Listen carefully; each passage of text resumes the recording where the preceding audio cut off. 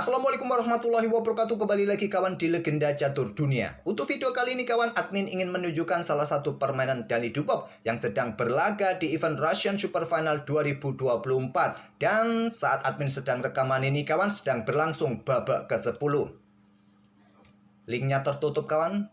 Tidak gampang mencari link turnamen ini, tapi tenang, nanti saya sertakan di kolom deskripsi. Biasanya kalau ke Lichess tinggal cari broadcast. Nah, di situ ada beberapa event-event turnamen yang sedang berlangsung, tapi sulit untuk mencari link dari Russian Super Final ini kawan. Tidak ada di chess.com kawan, hanya ada di Lichess. Tapi tenang, linknya ada di kolom deskripsi kalau kalian ingin melihat permainan Dani Dubov. Tapi sayangnya kawan, sejauh ini sampai babak ke-9 Dani Dubov ini tidak memetik kemenangan satupun kawan. Remis semua dan Dani Dubov kehilangan banyak elo rating. Minus 13 elo rating. Saat ini dia berada di angka 2701 kawan di elo resmi VD-nya. Cuma di live rating sekarang Dani Dubov sudah keluar dari klub 2700. Coba lihat. Di posisi terbawah ada Temur Rajabov ataupun juga ada Ray Robson 2700. Nama Dani Dubov sudah keluar dari klub 2700. Ada apa dengan Dani Dubov kawan? Performanya di permainan klasikal cenderung turun. Sekarang dia sudah keluar dari klub 2700. Dan di turnamen ini Dani Dubov menempati posisi ke-8. 9 kali remis, memetik 4,5 poin. Sedangkan pemimpin turnamen ada 4 pemain dengan poin yang sama, 5,5 poin. Ada Andrei Sipenko, ada Evgeny Najar, ada Vladislav Artemiev yang merupakan juara bertahan. Juara edisi sebelumnya kawan, Vladislav Artemiev ini, dan satu pemain lainnya Arseniy Nesterov dengan 5,5 poin hasil dari 2 kali kemenangan dan 7 kali remis untuk kategori open. Untuk kategori womennya kawan, ada Katerina Lagno, istrinya Alexander Grischuk. Ada juga Alexandra Goryakina kawan, selisih setengah poin saja. Ada apa dengan Dani Dubov kawan? Permainannya cenderung performanya turun. Dan elo performa dari Dani Dubov di event ini cukup jelek kawan. Untuk sekelas Super Grandmaster macam Dani Dubov, elo performanya sebesar 2500 saja. Dari elonya sendiri 2700. Oke, kita ke papan permainan dari Dani Dubov. Game yang saya pilih adalah game ke-7 kawan. Walaupun berakhir miss, tapi ide permainan Dani Dubov untuk mendapatkan pion yang banyak kawan, nanti kita akan lihat. Dan juga sebetulnya Dubov mempunyai kesempatan menang di game ini, tapi sempat melewatkannya 2 kali. Seperti apa gamenya? Langsung ke papan analisisnya. Dubov hitam. Putih mengawali dengan ready opening kuda F3. Kuda F6 ada pion E3, pion G6. Lagi-lagi variasi permainan yang disukai oleh Dani Dubov adalah variasi Piacento. Ya, sering kalian lihat kalau kalian mengikuti permainan Dani Dubov, saat pegang putih bermain dengan Catalan, saat pegang hitam bermain dengan King's Indian Defense ataupun Grandfield Defense. Di sini dibalas dengan variasi Piacento, sisi menteri dengan pion B3, gajah G7, gajah B2, dan rokade Dani Dubov. Gajah E2, pion D6, pion D5, dan di sini gajah F5. Lanjut Dubov. Ada 2 game yang memainkan rokade kawan. Gamenya Hikaru Nakamura melawan Alexander Bortnik. Ada juga dari pemain kelas International Master kawan. Tapi di sini gajah bergerak ke petak D3. Dan ini merupakan ide baru yang belum pernah terjadi sebelumnya di langkah ke-7. Masih di tahap pembukaan menantang pertukaran gajah terang. Dubov menolak dengan menteri J8, backup gajahnya kawan. Nah, di sini langsung terjadi pertukaran gajah terang, ambil balik oleh menteri. Dubov langsung aktif menterinya di baris ke-5, ditantang lagi oleh menteri D3.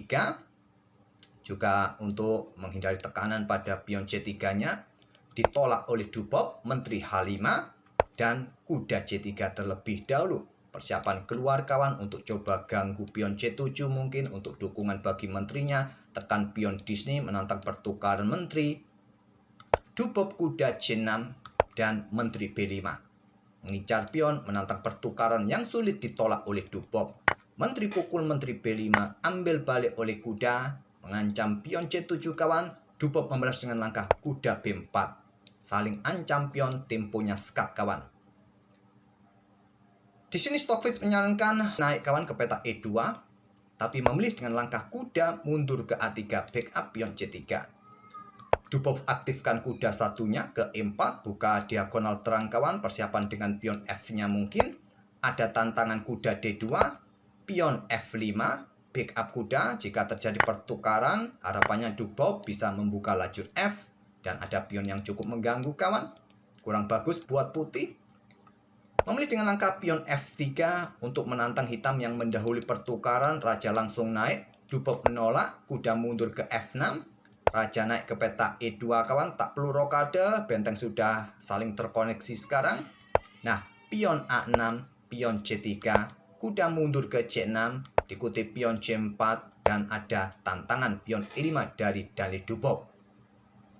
Tantangan ditolak, dorong pion maju ke D5, ganggu kuda, kuda mundur ke E7, diikuti kuda C2 untuk mendapatkan area yang lebih aktif. Perwira di tepi papan kurang bagus kawan, jadi segera reposisi untuk mendapatkan area kontrol yang jauh lebih banyak. Pion H5 lanjut Dubov, di sini ada benteng AD1, selanjutnya gajah H6 dan pion H4 untuk mencegah pergerakan pion G kawan. Kemudian raja F7 lanjut Dubov, di sini benteng HF1. Pion B5 tantang Dubov kawan untuk memecah pion ini agar pion di lajur D ini lemah kawan. Ditolak dengan langkah kuda B4, pion A5, kuda ke D3 kawan. Dan di sini ada pion A4 lanjut Dubov, terus dorong pionnya untuk memecah konsentrasi pion putih di sisi menteri. Lanjut di sini ada benteng C1, persiapan mungkin untuk membuka lajur C kawan, tapi pion D5 nanti jadi lemah, jadi memberikan tempat bagi salah satu kuda hitam, harus berhati-hati.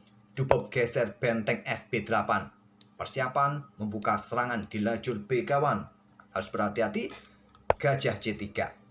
Dubov mulai membuka permainan pion A pukul pion B3, pion ambil balik pion B3, Dubov melanjutkan pion B pukul pion C4, pion B pukul pion C4, benteng angkat ke A3 untuk tekan gajah. Ya jangan gajah ini bergerak ke sini kawan, benteng sikat kuda, tidak ada lagi yang membackup gajah, benteng satunya akan meluncur sikat gajah nanti ke depan. Di sini benteng C2 terlebih dahulu untuk backup peta B2 sebelum nanti coba ancam benteng. Dan di sini kawan, silakan kalian pause video ini untuk beberapa detik dan coba temukan langkah terbaik bagi hitam di posisi ini. Sudah saatnya hitam menggebrak kawan, dan ditemukan juga oleh Daniil Dubov langkah gebrakannya itu. Silakan kalian temukan. Sudah lama admin tidak main paus-pausan kawan. Oke, apakah sudah ketemu langkah terbaiknya bagi hitam di posisi ini? Dubov membuat langkah pengorbanan kuda untuk mendapatkan pion putih yang banyak dengan langkah kuda E ambil pion D5. Ancam gajah kawan. Diterima. Pion ambil balik, kuda satunya ambil balik pion D5, tetap ancam gajah, ancam pion di sini. Artinya Dubov mengorbankan satu perwira penuh dengan kompensasi 3 pion. Saya rasa imbang kawan. Bagus juga posisi kuda ini. Di sini kawan ada benteng F C1 backup gajah, dan Dubov melanjutkan gajah yang ambil pion E3. Gajah mundur ke B2 serang benteng. Dubov tarik mundur benteng ke B7. Ada benteng D1. Dubov angkat lagi bentengnya ke A2 untuk pin gajah kawan, supaya benteng ini tidak meninggalkan posnya. Ada kuda C4 backup gajah, dan juga ancam gajah di sini kawan. Gajah D4, tidak mungkin gajah pukul gajah, benteng dalam posisi kena pin. Angkat benteng ke D2, dan di sini Dubov mendahului pertukaran gajah grab gajah pukul gajah B2, ambil balik menggunakan kuda C. Kalau menggunakan kuda D kawan, tidak ada yang kontrol peta F4. Kuda bisa lompat ke peta F4 skak, mengganggu posisi raja pion kawan. Nah, kalau menggunakan benteng, saya rasa hitam akan berani melakukan pertukaran benteng kawan. Kalau diambil balik menggunakan benteng lagi, ya pertukaran benteng. Di sini kemungkinan hitam bisa menang dengan keunggulan 3 pionnya kawan. Oke, kembali lagi ke langkah aslinya kawan. Setelah baku hantam gajah di peta B2, putih ambil balik menggunakan kuda C. Dubov mulai aktifkan raja naik ke E6. benteng C6 di sini kawan. Raja D7, benteng turun lagi ke C2, raja naik lagi ke petak E6, mengulangi langkah yang sama benteng C6. Nah, Dubov coba ganti langkah dengan benteng naik ke petak B5. Di sini ada kuda C4, membuka tantangan pertukaran benteng, diterima Dubov, benteng pukul benteng D2, ambil balik oleh raja, dan Dubov mulai dorong pionnya, maju ke E4. Pertukaran pion-pion F pukul pion E4, ambil balik oleh pion F. Nah, di sini kawan dalam posisi mengancam kuda. Kuda mundur ke petak E1, satu-satunya petak terbaik bagi kuda ini kawan. Tapi di sini putih menghabiskan waktu sekitar 8 menit kawan, memutuskan kuda ke F2. Blunder kawan. Blunder. Tapi sayangnya Dubov tidak melihat langkah terbaik di posisi ini. Dia langsung ancam benteng, raja mundur ke petak D7. Yang terbaik ancam kuda terlebih dahulu, baru raja mendekati benteng kawan. Dan tidak ada yang menjaga kuda, kuda bisa jatuh. Kalau kuda ini bergerak selain ke petak E3 kawan, pion siap didorong skak garbuan. Itulah kenapa tadi kawan, di posisi ini kuda ke petak E1, jangan sampai dalam posisi skak garbuan. Tapi Dubov melangkah raja D7. Dengan benteng B4 terlebih dahulu kawan, di sini ancam kuda, nanti raja mendekati benteng kawan. Kalau benteng bergeser, ya kuda jatuh. Kalau kuda ini lompat ke petak E3 untuk blokade laju pion, kalian bisa melakukan skak di sini. Kalau blokade oleh kuda, skak garbuan. Garbuan di sini. Nah, kalau diblokade oleh benteng di sini kawan, kalian bisa melanjutkan kuda pukul kuda E3, ancam benteng, benteng pukul benteng, kuda C4 skak. Raja bergeser, kuda sikat benteng, ambil balik oleh raja. Dengan permainan endgame seperti ini kawan, hitam masih bisa menang. Kuda ini sudah tidak bisa meladeni permainan 3 pion ini. Dubov melewatkannya setelah kuda ke F2 ini. Dubov langsung melangkah raja D7. Memberikan kesempatan benteng lari. Benteng B4 sudah terlambat kawan. Kuda E3. Blokade laju pion menantang pertukaran kuda. Benteng B2 skak. Mirip langkahnya, cuma yang menjadi pembeda adalah posisi rajanya Dani Dubov. Tadi raja berada di petak E6 kawan, bisa menjaga kuda dan mendapatkan ganti nanti kuda di petak F2 kawan. Sekarang beda ceritanya. Coba lihat. Raja ke C1, dekati benteng kawan. Benteng ambil kuda F2, lanjut Dani Dubov. Karena sudah tidak ada raja di petak E6, sudah tidak bisa backup kudanya. Dani Dubov di sini. Jadi kuda pukul kuda D5. Melewatkan kesempatan menang tadi Dani Dubov. Pion C6. Kuda B6 skak. Raja ke E6. Kuda C8. Ancam pion benteng kawan. Dubov ambil pion G2. Putih ambil pion C6. Dubov serang benteng, serang kuda. Benteng turun ke C3. Dubov mulai dorong pion D5. Kuda B6 skak. Raja D6. Kuda C8 skak. Raja maju ke E5 untuk mempercepat dukungan bagi pion kawan. Dubov masih berpeluang untuk memenangkan game ini. Kuda E7. Pion D4. Benteng C6. Nah, inilah kawan kesempatan lagi didapat oleh Dani Dubov. Putih mencoba menyerang pion ini. Tadi langkah terbaiknya kuda melakukan skak-skak kawan. Mungkin raja akan bergerak ke petak D5.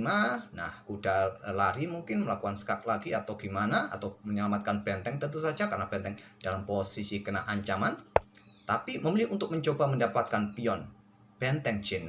Sayangnya Dubov tidak dorong pion. Satu-satunya langkah untuk mendapatkan kemenangan kawan. Atau juga dengan pion G5.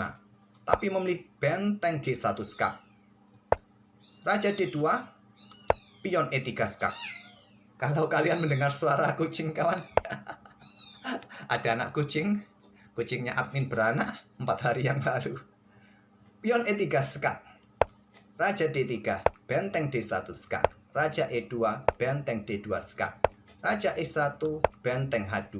Nah, di sini kuda ambil pion G6 skak dan mempertahankan pionnya.